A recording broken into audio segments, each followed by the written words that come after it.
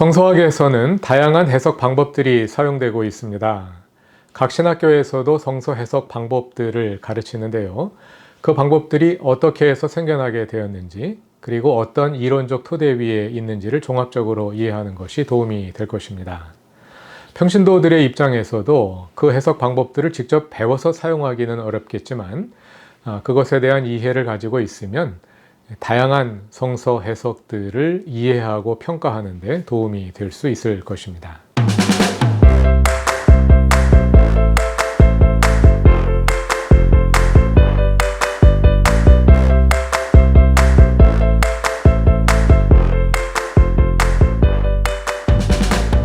그림을 보면서 시작하기로 하죠.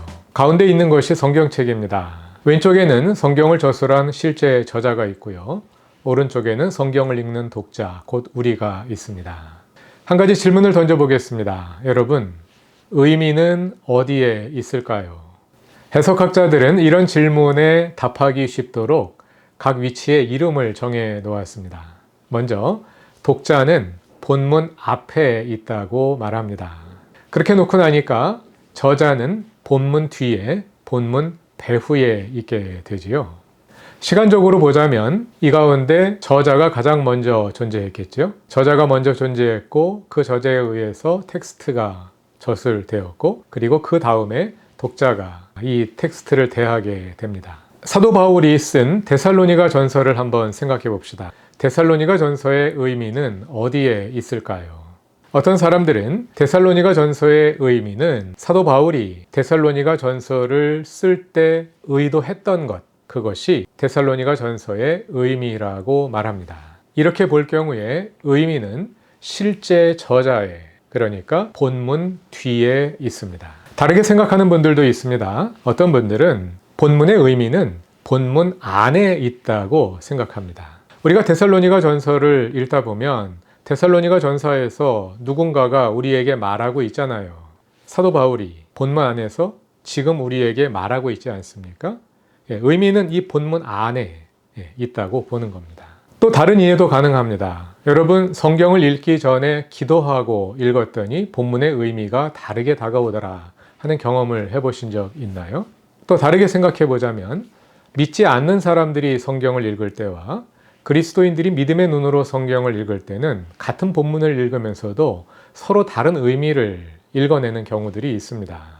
만약 의미가 본문 뒤에 있거나 본문 안에 있다면 우리가 성경을 읽기 전에 기도를 하든 하지 않든 믿음의 눈으로 읽든 아니면 그냥 이성적인 눈으로 읽든 같은 의미가 나와야 하는 것 아닐까요? 우리가 어떤 태도를 가지고 읽느냐에 따라 의미가 달라진다는 것은 본문의 의미가 단순히 본문 안에 또는 본문 배후에만 있는 것이 아니라 우리가 본문을 읽는 과정에서 비로소 완성되어 나온다는 것 아닐까요? 다시 말하자면 의미는 본문 배후에 또는 본문 안에 완성품으로 들어있는 것이 아니라 반제품으로 아직 완전히 조립되지 않은 상태로 들어있다가 우리가 책을 읽는 과정에 비로소 완성되어 우리 앞에 나오는 것 아닐까요? 이렇게 보는 경우에는 의미는 본문 앞에 있게 됩니다. 자, 의미가 어디에 있느냐 하는 이 질문은 계시가 어디에 있느냐 하는 질문으로 바꾸어 볼 수도 있습니다. 우리는 성경을 하나님의 계시로, 하나님의 말씀으로 읽습니다. 모든 성경은 하나님의 감동으로 이루어진 것이지요. 그런데 그 감동이 어느 시점에 이루어졌을까요? 사도 바울이 데살로니가 전서를 저술하려고 의도하고 내가 이런 메시지를 담아 보내야 하겠다 하고 생각할 때 그 과정에 하나님께서 감동하신 걸까요? 아니면 그 편지의 내용에 하나님의 감동이 들어있는 걸까요? 아니면 우리가 데살로니가 전서를 읽는 과정에서 하나님께서 우리에게 말씀하시는 걸까요?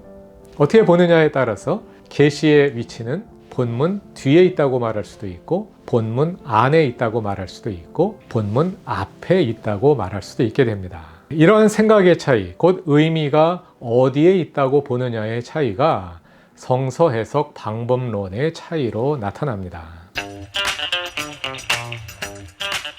현대 성서학의 주류는 의미가 본문 배후에 있다고 봅니다. 이 책을 저술할 때 저자가 무엇을 의도했을까? 저자에게는 어떤 문제들이 있었고 어떤 질문에 대답하기 위해서 이 책을 쓴 것이고 이 책에 어떤 답을 담아서 보낸 걸까? 이렇게 본문 뒤에 의미가 있다고 보고 그 의미를 찾아내려고 애쓰는 방법론이 역사 비평입니다. 여기에 비평이라는 단어가 사용되었기 때문에 아마 많은 분들이 불편하게 여기실 수도 있을 것입니다. 그것에 대해서 잠깐 설명하고 지나가기로 하죠. 이 비평이라는 말은 우리가 성경에 있는 말씀을 내 마음대로 판단하고 평가한다, 취사 선택한다, 이런 뜻이 아니라 우리가 어떤 텍스트를 읽을 때 거리를 두고 제3자적인 입장에서 읽는 이런 것을 가리켜서 비평이라고 부릅니다. 여러분들은 보통 성경을 읽을 때 어떻게 읽으시나요? 대부분은 수동적인 독자의 입장에서 읽습니다.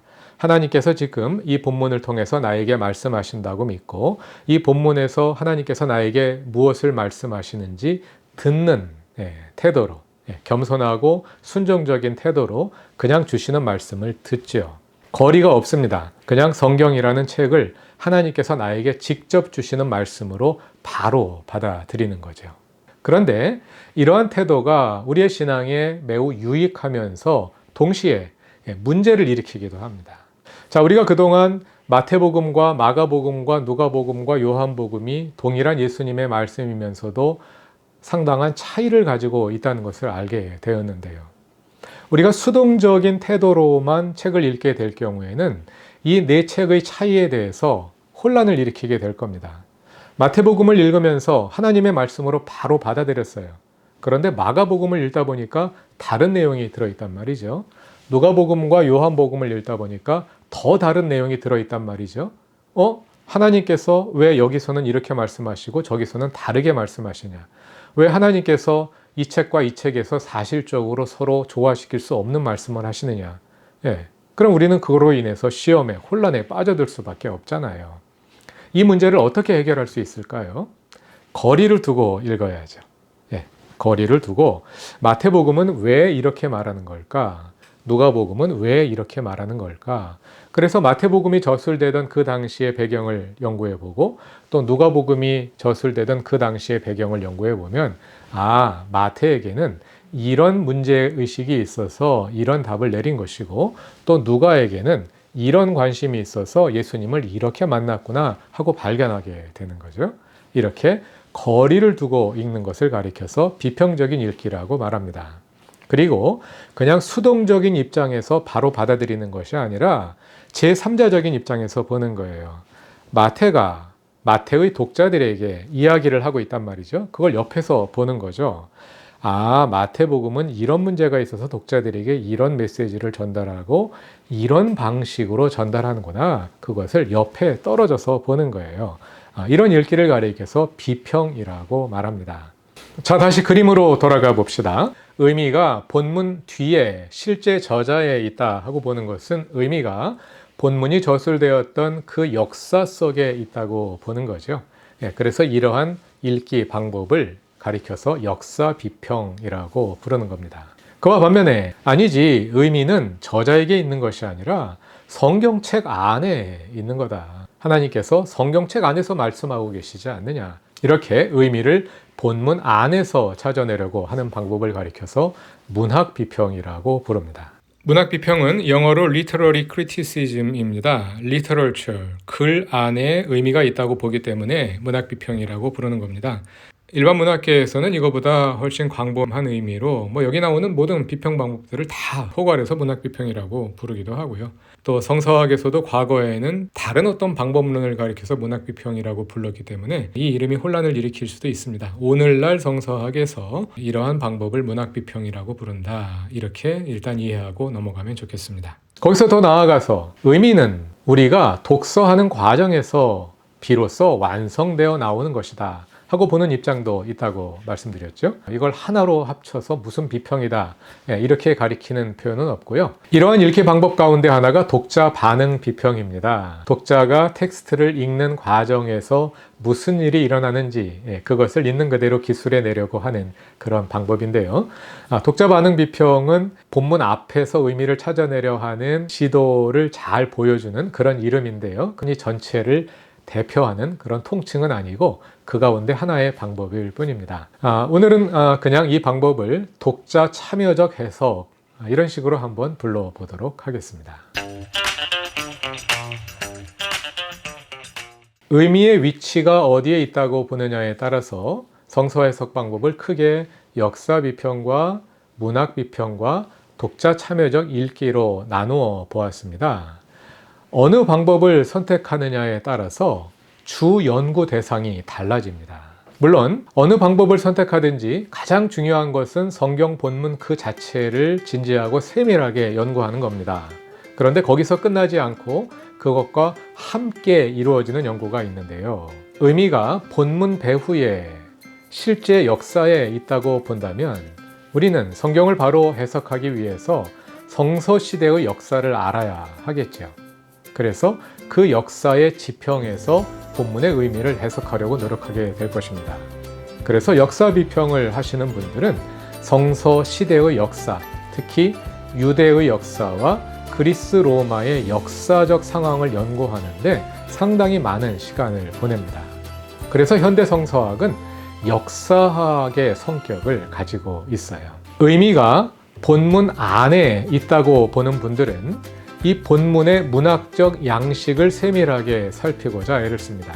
시는 시를 읽는 방식으로 읽어야 하겠고, 편지는 편지를 읽는 방식으로 읽어야 하겠고, 이야기는 이야기를 읽는 방식으로 읽어야 하겠죠. 복음서는 서사, 이야기로 되어 있잖아요. 서사학을 연구하는데 많은 시간을 들입니다. 그리고 문학 비평적으로 복음서를 읽는다는 것은 복음서의 의미를 복음서 안에 펼쳐져 있는 이야기 세계를 지평으로 읽어낸다는 것을 의미합니다. 본문의 의미를 본문 앞에서 찾아내는 분들은 독자가 누구인지를 아는데 또 많은 시간이 필요하겠죠. 각 독자들이 살아가고 있는 오늘날의 문화를 연구하는데 또 많은 시간을 들입니다. 어떤 해석 방법론을 사용하느냐는 우리가 성경의 어느 책을 읽느냐에 따라서도 달라집니다. 앞에서 데살로니가 전서를 예로 들어 설명드렸는데요. 데살로니가 전서와 같은 바울 서신을 해석할 때는 실제 저자 바울이 의도했던 것과 바울 서신 본문이 말하고 있는 것 사이의 차이를 구별해내기가 쉽지 않습니다. 바울이 직접 불러준 것을 받아 쓴 것이니까요. 그래서 바울 서신을 연구하시는 분들이 문학 비평을 사용하는 사례는 그리 많지 않고요. 대체적으로 역사 비평 방법이 지배적으로 사용되고 있습니다. 그러나 복음서로 들어가면 이야기가 달라집니다. 복음서의 의미를 복음서 뒤에 있는 역사적 맥락에서 찾아낸다고 할 때 그 역사적 맥락이란 구체적으로 무엇일까요? 예수 사건은 30년경에 이루어졌습니다. 그리고 최초의 복음서인 마가복음은 70년경에 이루어졌습니다. 마가복음이 기록되기 전에 40년가량의 역사 과정이 있었던 거죠. 이 역사 과정 가운데 어느 지점에서 의미를 찾을 수 있을까요?